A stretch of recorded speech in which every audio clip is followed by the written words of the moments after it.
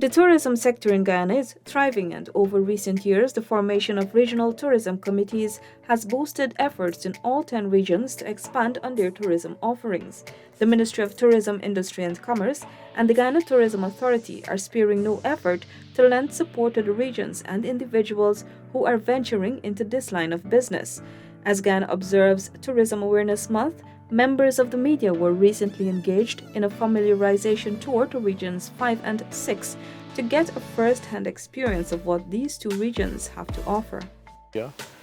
The Ministry of Tourism, Industry and Commerce and the Guyana Tourism Authority feels it's very important that our media folks and media fraternity, who are amongst the greatest of our tourism ambassadors, get the opportunity to visit some of the burgeoning sites within the region. Not all the places that have tourism potential were visited on this trip, like Maraikabai, which is the only indigenous village in Region 5. Baksh said a lot is being done to help the tourism sector in that region. We've provided several trainings, so we work very closely with the individual operators. We also do group sessions in training, so we've done, I believe, mixology training, we've also done some culinary training, first aid, service delivery training and others that will come through the pipeline, so as to improve the skill set of the stakeholders within the region. The Berbice region has been one of the prioritized tourism circuits. You've seen the multitude of experiences that we can develop in this region here. And great support from the Region 5 Tourism Committee and other stakeholders, including the Regional Democratic Council, who's working on other projects such as the Novar Beach experiences. And we'll continue to work with the region and other stakeholders to ensure that the Berbice district has great tourism products. The Mahaika River birding tours was the first of our stops on the journey across the two regions. Ramesh Shivsahai of Little Bayabu has been working for a number of years in promoting tourism in this farming community. Persons enjoying the tours can spot up to 150 different species of birds on the river, including the national bird, the kanji pheasant. Welcome to the Sunshine Garden. This beautiful private garden is located at the main road in Now or Never village. The owner of this garden created it about 6 to 7 years ago, and its beauty has since captured the interest of many. The little house, measuring just 6 to 12 feet, houses a library where children are allowed to enter and read. The lawns and flower garden have also been decorated to accommodate birthday parties and photo shoots for various occasions. Hardat Malchand is the president of the newly formed Region 5 Tourism Association. He outlined several plans for tourism in the region and noted that the committee will also do its part. Our plan is to promote, work with the local stakeholders in Region 5 and help them to promote their business so that we can encourage more persons, since tourism is new in Region 5, that we can encourage more persons to come into Region 5 and explore Region 5. And then we were off to the Abari. The idea of having a resort in the Abari farmlands was birthed in the mind of its owner, Kumar Ramdeo, since he was a youth, visiting his father on the farm in the late 1970s to early 1980s. And I had a vision of it. I've been looking at movies and things like that, and thinking about making the house and things like that and get it like that. But then tourism stepped in and it was started go on step by step. Funds coming from the cattle farm and the rice farm. Persons can make reservations 3 to 5 days before visiting this resort. You can come like relaxation if you want a birthday, a reunion, and you have a night stay where you can do the alligator spotting, and in night the stargazing, and there's different adventures. Like in the morning you can see the manatees, and 5 in the morning, that's a different melody of birds. 6, there's a different one. 7, there's a different one. And you can come and have your activity like the horseback riding, fishing, bird watching, the boating. And if you want some games, the volleyball, the dominoes, the cards. They can use the outdoor fireside and do the cooking. Everything will be provided because this resort is self-sufficient, organic.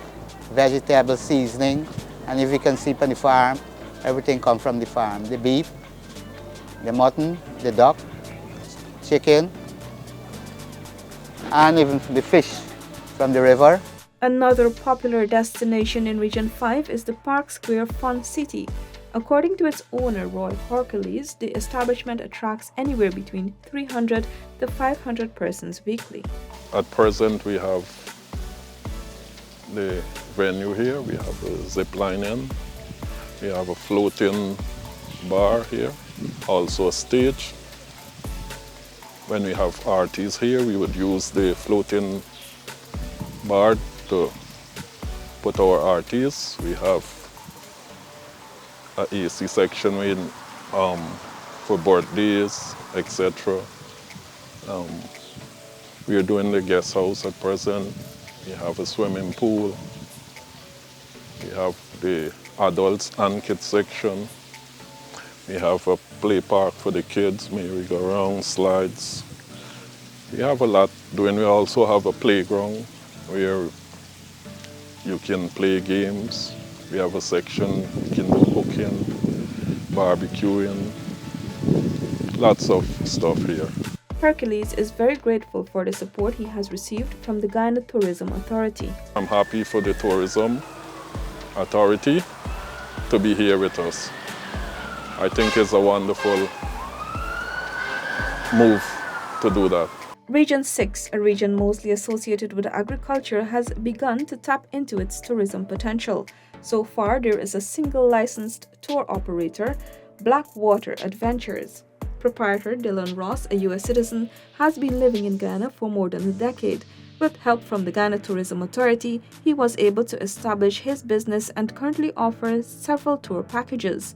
Some tour packages range from the Fort Nassau tour, the Sunset tour, fishing, hunting, and camping tours, among others. The Guyana Tourism Authority is incredibly proactive. I find them just to be amazing to work with. They've been a personal support to me to get up and running. I cannot honestly thank them enough. I think they're doing an amazing job. And yeah, they've got nothing but bright skies on the horizon. Right now, I am the only licensed tour operator in Region 6. So the fact that I'm the only one, I view it as a tremendous potential for others, because anybody can tell you that one man can only do so much. So there's a tremendous amount of potential for others to come and help people see the beauty in Region 6. The members of the media were also treated to a tour of New Amsterdam, visiting the market.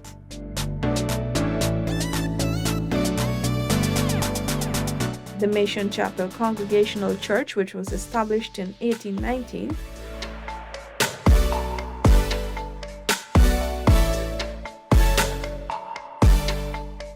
and the Indian Arrival Monument at Palmyra.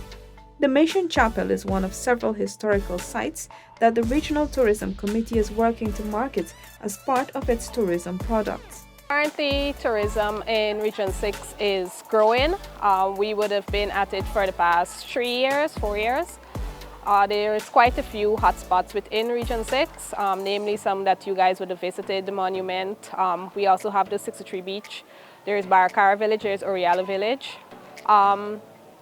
We are currently in process of constructing 2 play park in Region 6, that is at the Regional Democratic Council and at Corriverton, number 76. Those are scheduled to be completed by December. The Ministry of Tourism, Industry and Commerce hosts media familiarization tours every year during the observance of Tourism Awareness Month in November.